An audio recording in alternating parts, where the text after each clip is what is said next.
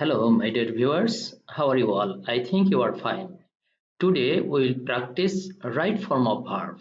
Okay, we will do some exercise number 13 and 14. Okay, let's start. Number 13. তবে প্যাসেজটি শুরু করার আগে একটি কথা বলে রাখি। রাইট ফর্ম অফ ভার্ব সুন্দরভাবে বুঝে ব্যাখ্যা সহ সুন্দরভাবে বুঝে আপনি যখন প্র্যাকটিস করবেন বা এক্সারসাইজ করবেন তখন বেশ কয়েকটা করার পরে আপনার আর রাইট ফর্ম অফ ভার্ব কখনো ভুল হবে না। তাহলে আমরা শুরু করি। Number 13, every person long for wealth.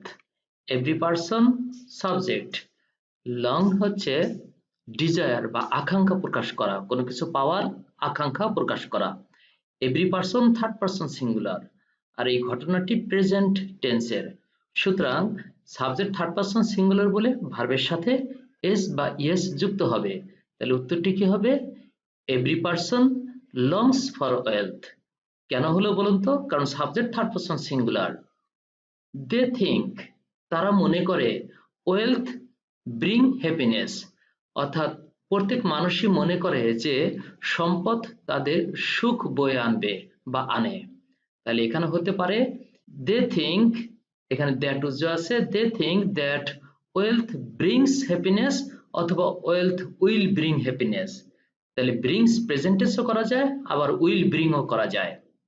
They think, তারা মনে করে, ওয়েলথ ব্রিংস হ্যাপিনেস, তারা মনে করে যে সম্পদ তাদের সুখ বয়ে আনে বা আনবে। ব্রিংস অথবা উইল ব্রিং দুটি right. But it often bring one to travel, কিন্তু এটি প্রায়ই একজনের জন্য সমস্যা বয়ে আনে।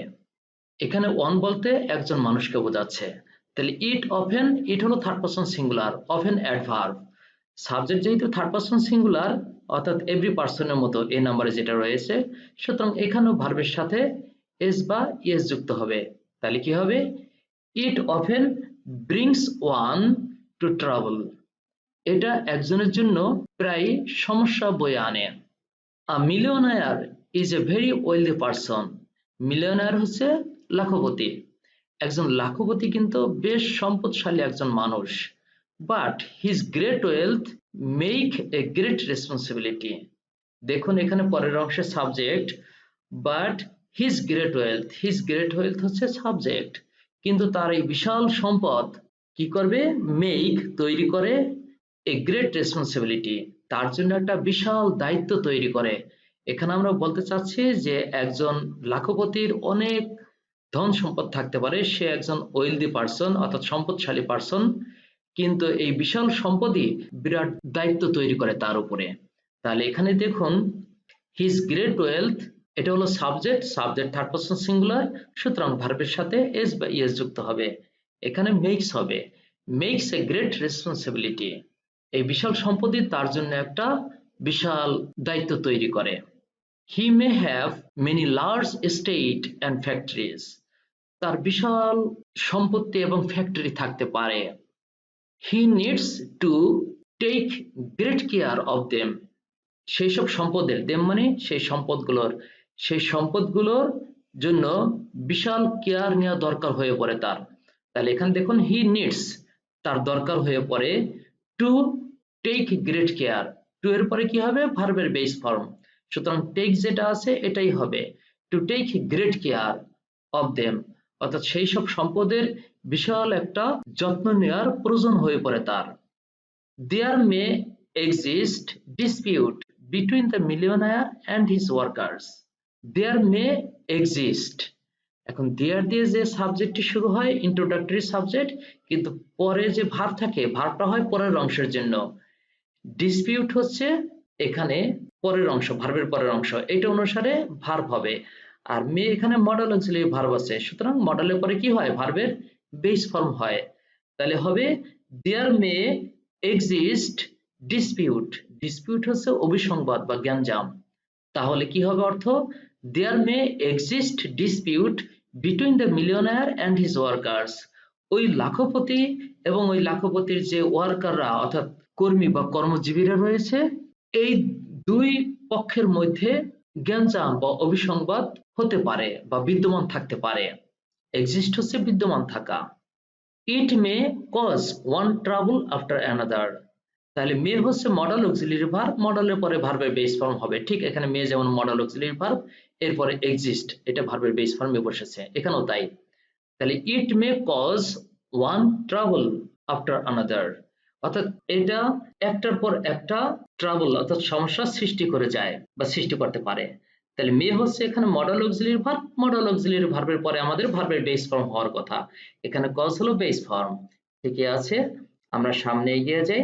This disputes may lead to strike. এখানে মে হচ্ছে মডাল অক্সিলারি ভার্ব, ঠিক আগেরটার মতোই। তাহলে এখানে ভার্বের বেস ফর্ম হবে, লিড যেটা আছে সেটাই হবে, অর্থাৎ এই জ্ঞানজাম সমূহ তাকে স্ট্রাইকের দিকে ধাবিত করতে পারে।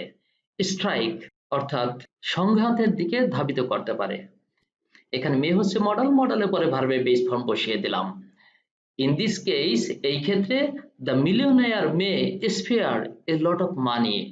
স্পেয়ার হচ্ছে অতিরিক্ত অংশ বা খরচ করা, ব্যয় করা, এই অর্থে, এখানে ব্যয় করা অর্থে। ঠিক এই ক্ষেত্রে ওই লাখপতি অনেক টাকা খরচ করতে পারে।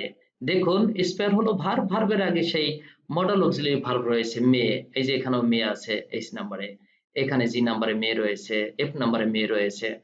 সুতরাং এখানে মডালের পরে ভার্বের বেস ফর্ম হবে অর্থাৎ স্পেয়ার হবে।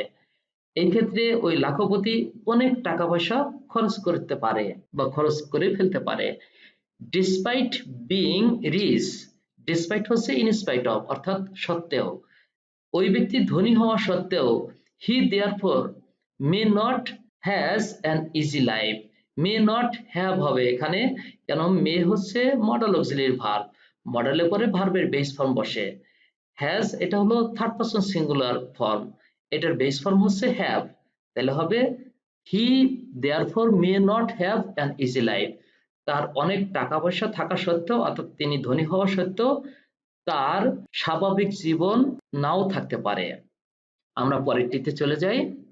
Number 14, the death toll of the recent violent storm rise to 80 after recover 6 more bodies, while around 1000 fishermen and navy commander still remain miss।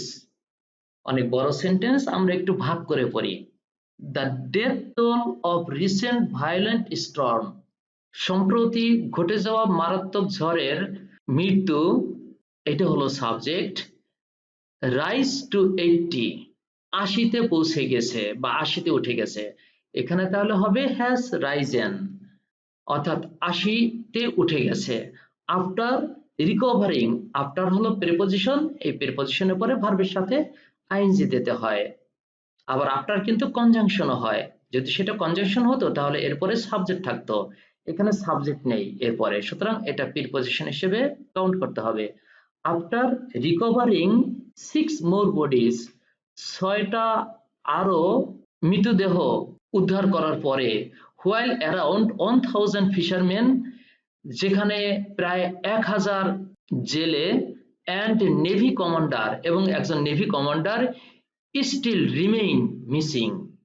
রিমেইনের পরে আমরা অ্যাডজেক্টিভ বসাবো, এখানে ভার্বের সাথে আইএনজি করে অ্যাডজেক্টিভ বানিয়ে দিলাম যে এখনো প্রায় 1000-এর মতো জেলে এবং একজন নেভি কমান্ডার মিসিং রয়েছে। A rescue team, however, was able to salvage the marined navy ship. Rescue team হচ্ছে উদ্ধার দল, আর এখানে সালভেজ, সালভেজ হচ্ছে মূলত জাহাজ এবং জাহাজের মালামাল রক্ষা করা, এখানে ভার্ব হিসেবে ব্যবহার করা হয়েছে। দ্য মেরিন্ট নেভি টিম, মেরিন্ট হচ্ছে জলাবদ্ধ অর্থে ব্যবহার করে, আবার হারিয়ে যাওয়া, লস্ট হয়ে গেছে বা নির্জন দ্বীপে আটকে গেছে এই সেন্সে ব্যবহার করে, এখানে হারিয়ে যাওয়া অর্থে। তাহলে এখানে কি অর্থ দাঁড়ায় দেখুন, rescue team however was able to salvage, যা আছে তাই থাকবে, বলুন তো কেন, কারণ টু এর পরে ভার্বের বেস ফর্ম বসে। salvage the marined navy ship, সে যাই হোক একটি উদ্ধারকারী টিম হারিয়ে যাওয়া নেভি জাহাজটিকে উদ্ধার করতে সমর্থ হয়েছিল। Coast guards and relatives of the missing fishermen are still searching for them। আর স্টিল এর পর ভার্বের সাথে আইএনজি হবে কারণ সেটা কন্টিনিউয়াস টেন্স। দেখুন আর স্টিল সার্চিং, কারা কারা সার্চ করছে দেখুন, কোস্টাল গার্ডরা সার্চ করছে এবং যেসব জেলেরা হারিয়ে গিয়েছে অর্থাৎ এই ঘূর্ণিঝড়ে মিসিং আছে, সেই মিসিং ফিশারম্যানদের আত্মীয় স্বজনেরা এখনো তল্লাশি চালিয়ে যাচ্ছে। এই যে বলছে আর স্টিল সার্চ থেকে হয়ে যাবে তাহলে সার্চিং, আর হলো প্রেজেন্ট কন্টিনিউয়াস টেন্সের জন্য, তাহলে ভার্বের সাথে এখানে আইএনজি হবে। আর স্টিল সার্চিং ফর দেম, তাদেরকে খুঁজে যাচ্ছে, অর্থাৎ যেসব ফিশারম্যানেরা হারিয়ে গেছে তাদেরকে খুঁজছে তারা এখনো। বাট দ্য চপি সি, চপি হচ্ছে উত্তাল, দ্য চপি সি উত্তাল সমুদ্র, ইজ ডিস্টার্বিং দ্য সার্চ, এখানে ডিস্টার্বিং হবে, এটাও প্রেজেন্ট কন্টিনিউয়াস টেন্স। তাহলে উত্তাল সমুদ্র এই উদ্ধার কার্যকে, খোঁজাখুঁজির জন্য যে উদ্ধার কার্য সেটাকে ডিস্টার্ব করছে, প্রেজেন্ট কন্টিনিউয়াস টেন্স। এই জন্য আমরা ভার্বের সাথে আইএনজি করলাম। এই যে এখানে বি ভার্ব আছে, এরপর ভার্বের সাথে ING. Meanwhile the meteorological office say, তাহলে হবে এখানে হ্যাজ সেইড, ইতোমধ্যে আবহাওয়া অফিস বলেছে, কি বলেছে? The land depression is still remaining stationary with no virtual movement over the west Bengal and adjoining Bangladesh border area. Adjoining হচ্ছে, অ্যাডজয়ন মানে সংলগ্ন, তাহলে অ্যাডজয়নিং আইএনজি করে দিলাম, অর্থাৎ সংলগ্ন এলাকাকে বোঝাচ্ছে এখানে। তাহলে and adjoining Bangladesh border area, Bangladesh border area এবং ওয়েস্ট বেঙ্গলে তেমন কোনো মুভমেন্ট ছাড়াই ল্যান্ড ডিপ্রেশন মোটামুটি স্থির রয়েছে বলে আবহাওয়া অফিস জানিয়েছে। তাহলে এখানে অ্যাডজয়নিং হবে। দ্য মেট অফিস, মেট হচ্ছে মেটেরোলজিক্যাল, এই যে এখানে বলা আছে সংক্ষেপে মেট অফিস, আবহাওয়া অফিস। The met office has request, এখন মেট অফিস কি রিকোয়েস্ট করেছে না তাকেই রিকোয়েস্ট করা হয়েছে? যদি রিকোয়েস্ট করা হয়েছে এরকম অর্থ বোঝায়, হওয়া অর্থ, তাহলে প্যাসিভ ভয়েস হবে। আর সে নিজেই রিকোয়েস্ট করেছে তাহলে অ্যাক্টিভ ভয়েস হবে। দেখুন, the met office has request to hoist the local cautionary signal number 3 for all, সকলের জন্য 3 নম্বর সতর্ক সংকেত দেখানোর জন্য ওই মেট অফিসকে অনুরোধ করা হয়েছে। অর্থাৎ মেট অফিস নিজে কাউকে অনুরোধ করেনি, বরং মেট অফিসকে অনুরোধ করা হয়েছে, প্যাসিভ ভয়েস। তাহলে হ্যাজ বিন রিকোয়েস্টেড এরকম হবে। হ্যাজ তো ওখানে আছেই, বিন রিকোয়েস্টেড হবে passive voice. Has been requested to hoist the local cautionary signal number 3 for all, 3 number সতর্ক সংকেত সকলের জন্য দেখাতে বলা হয়েছে।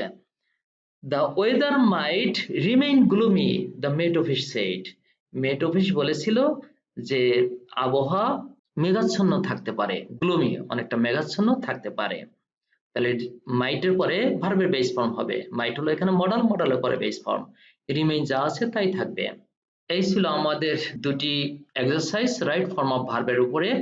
আমরা এরকম আরো অনেকগুলো এক্সারসাইজ নিয়ে সামনে উপস্থিত হব, সেগুলো দেখার জন্য অনুরোধ রইল। আর এটি যদি ভালো লাগে তাহলে অবশ্যই আপনার বন্ধুদের সাথে শেয়ার করবেন, লাইক দিবেন, কমেন্ট করবেন এবং সাবস্ক্রাইব করতে ভুলবেন না। আর সাবস্ক্রিপশন বাটনের পাশে যে বেল আইকন আছে তাতে একবার ক্লিক করে রাখবেন, যাতে পরবর্তী ভিডিওগুলোর আপডেট পেতে পারেন। ধন্যবাদ সবাইকে।